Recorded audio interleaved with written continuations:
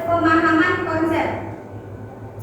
Pemahaman adalah pemahaman kepada anak terhadap konsep yang telah diajarkan dengan cara melatih anak untuk contoh-contoh yang tertulis di bawah pokok bahasan. Kemudian yang keempat yaitu latihan atau keterampilan.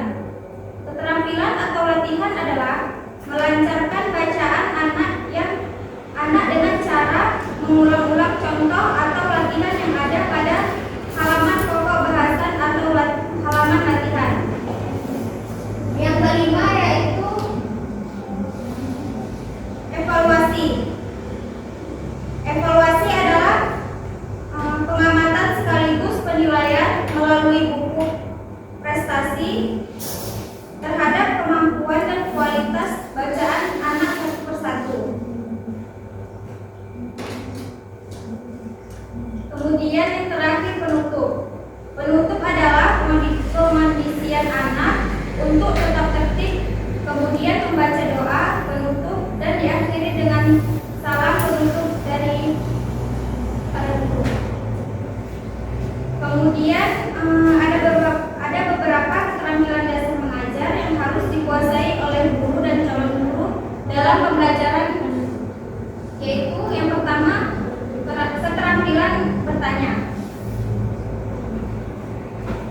Bertanya merupakan ucapan verbal yang meminta respon dari seseorang yang dikenal.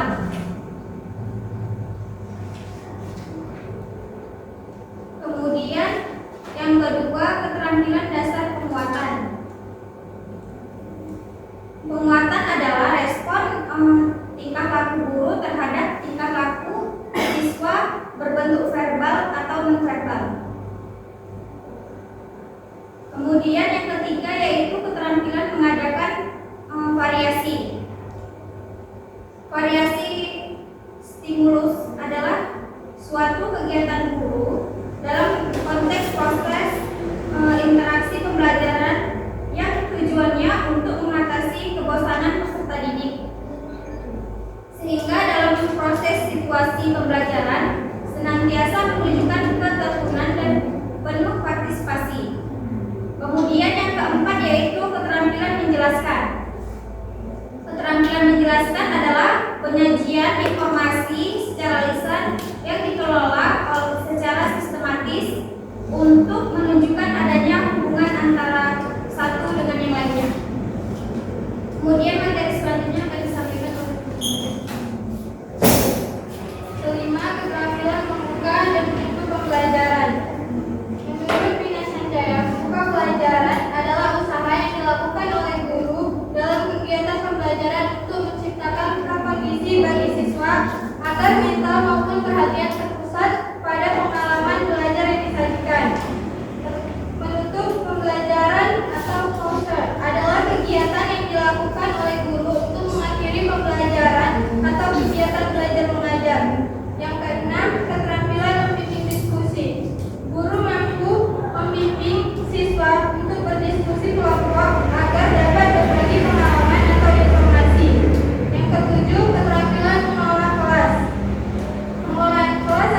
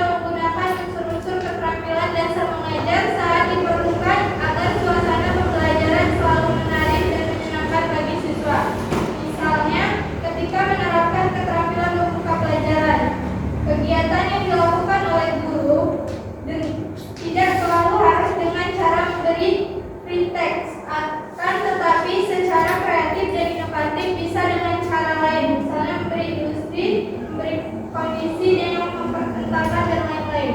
Yang ketiga, ketepatan. Penggunaan setiap unsur keterampilan dasar mengajar dimaksud agar proses pembelajaran bisa berjalan dengan efektif dan efisien.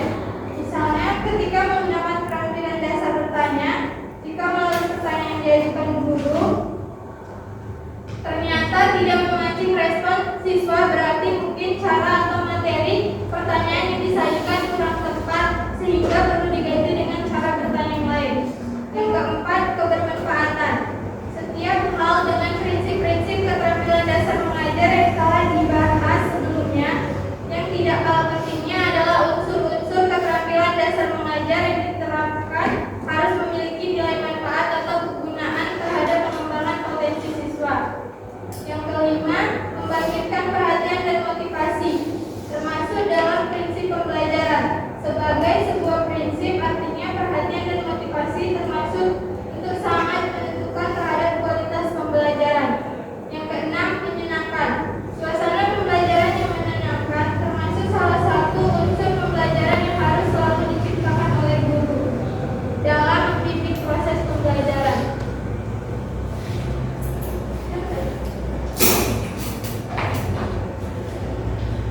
Baik, terima kasih kepada semuanya. Di sini teman-teman disilakan bertanya.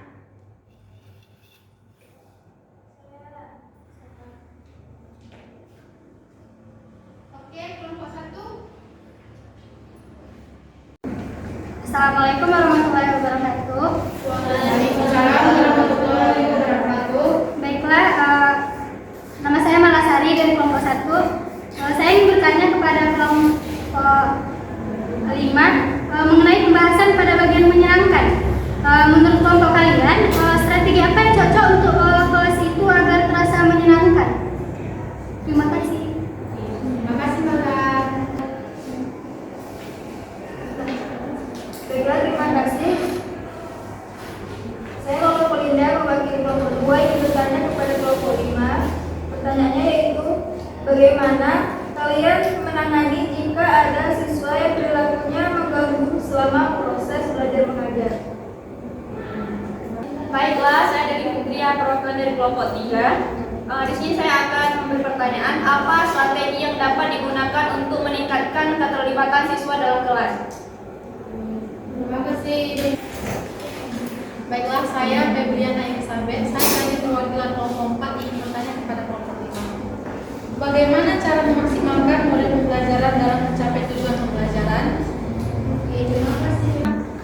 Baiklah, saya perwakilan kelompok 6 dengan nama Mau Minta Anda ingin bertanya kepada kelompok 5. Apa saja masalah yang sering muncul dalam pengelolaan kelas dan cara mengatasinya? Terima kasih. Baiklah, saya dari kelompok 7 ingin bertanya ke kelompok 5. Mengapa seorang guru harus memiliki keterampilan dasar mengajar dalam proses pembelajaran? Benar.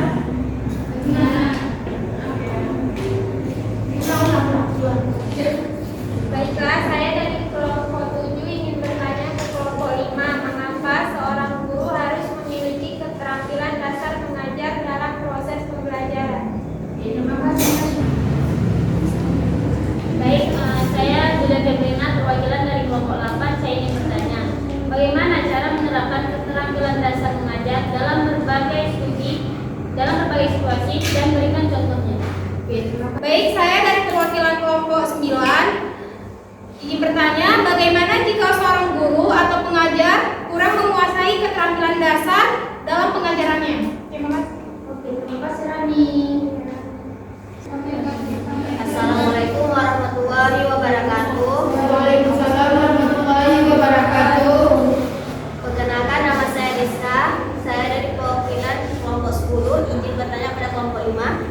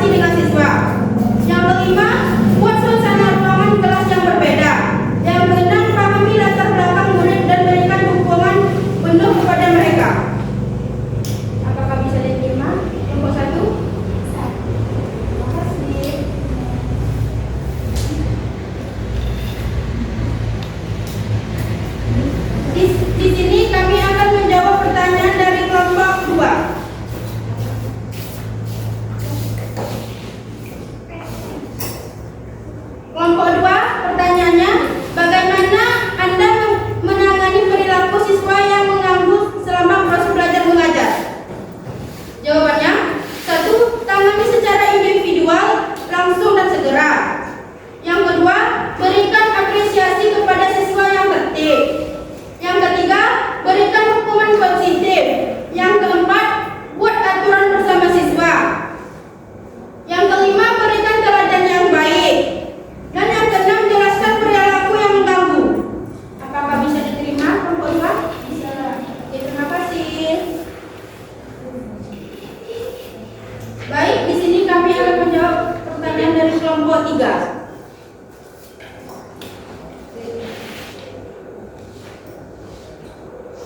Kelompok 3. Apa strategi yang dapat digunakan untuk meningkatkan ketertiban siswa dalam kelas? Jawabannya, ada beberapa strategi yang dapat digunakan untuk meningkatkan ketertiban siswa dalam kelas. Di antaranya, 1. Menciptakan lingkungan yang positif. 2. Pembelajaran yang kolaborasi. Yang ketiga, membangun relasi yang baik. Yang keempat, mengajukan pertanyaan yang terbuka. Yang kelima, memanfaatkan teknologi pendidikan. Yang keenam, memantau perkembangan siswa. Yang ketujuh, pemanfaatan wawasan waktu dan nyata. Apakah bisa diterima jawabannya kelompok 3? Oke, terima kasih kelompok 3. Baik, pertanyaan selanjutnya akan dijawab oleh teman saya.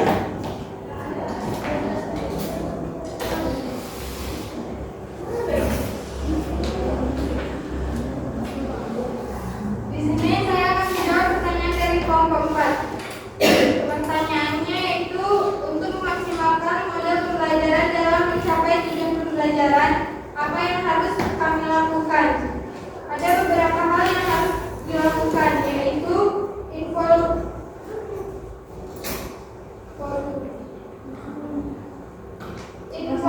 siswa. Yang kedua, dorong berpikir kritis dan kreatif. Yang ketiga, perhatikan gaya belajar siswa. Yang keempat, lakukan pengulangan. Yang kelima, memberikan umpan balik. Yang keenam, memberi bantuan tambahan. Yang ketujuh, konsisten dengan waktu pembelajaran. Yang kedelapan, sesuaikan materi dengan metode pembelajaran. Yang kesembilan, gunakan sumber belajar yang relevan.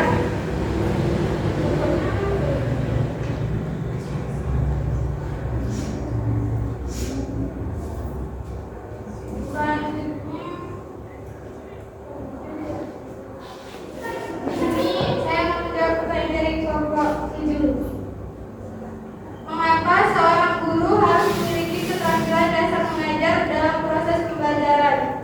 Karena untuk mencegah kebosanan siswa agar mengikuti pembelajaran. Pada dasarnya siswa sekolah dasar memiliki tingkat keingin-tahuan yang sangat tinggi. Selanjutnya akan dijawab oleh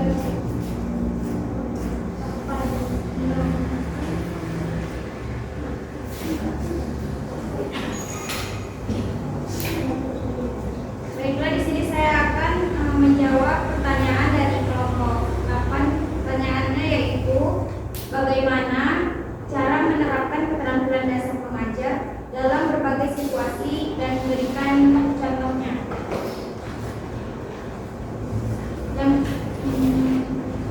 Keterampilan dasar mengajar yang dapat diterapkan dalam berbagai situasi yaitu yang pertama, keterampilan bertanya.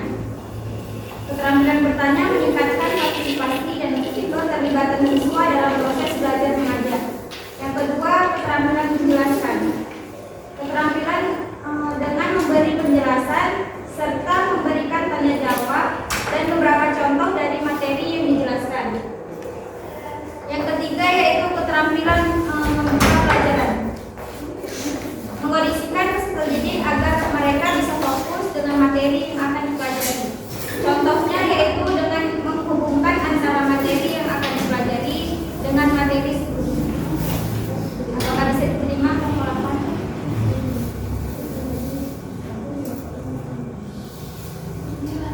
Kemudian pertanyaan kelompok 9 yaitu,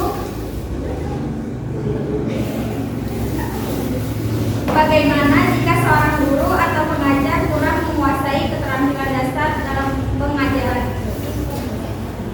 Jawabannya yaitu apabila guru tidak memberi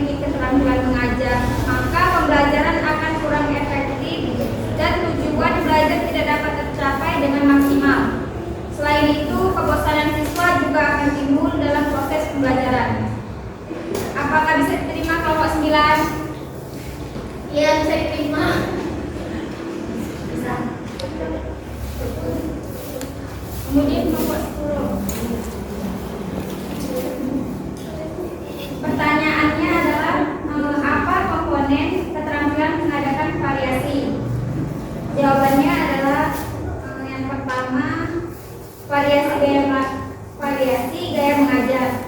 Yang kedua variasi media dan alat-alat pembelajaran. Yang ketiga variasi pola interaksi guru dengan peserta didik. Apakah kelompok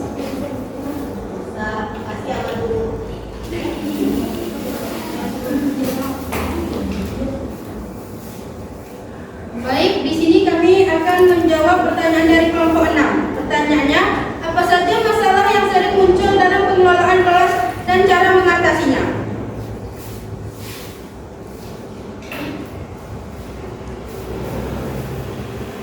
Masalah dalam pengelolaan kelas dapat berupa masalah individu atau perorangan maupun masalah kelompok.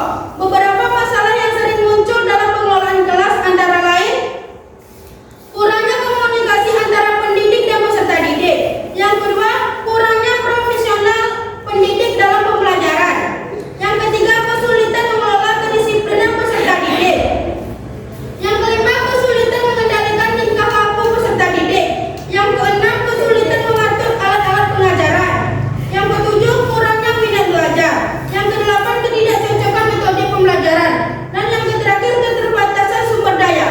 Apakah bisa diterima oleh kelompok 6? Oke, baik, terima kasih kelompok 6. Baik, sampai di sini saja presentasi dari kami. Kalau ada kata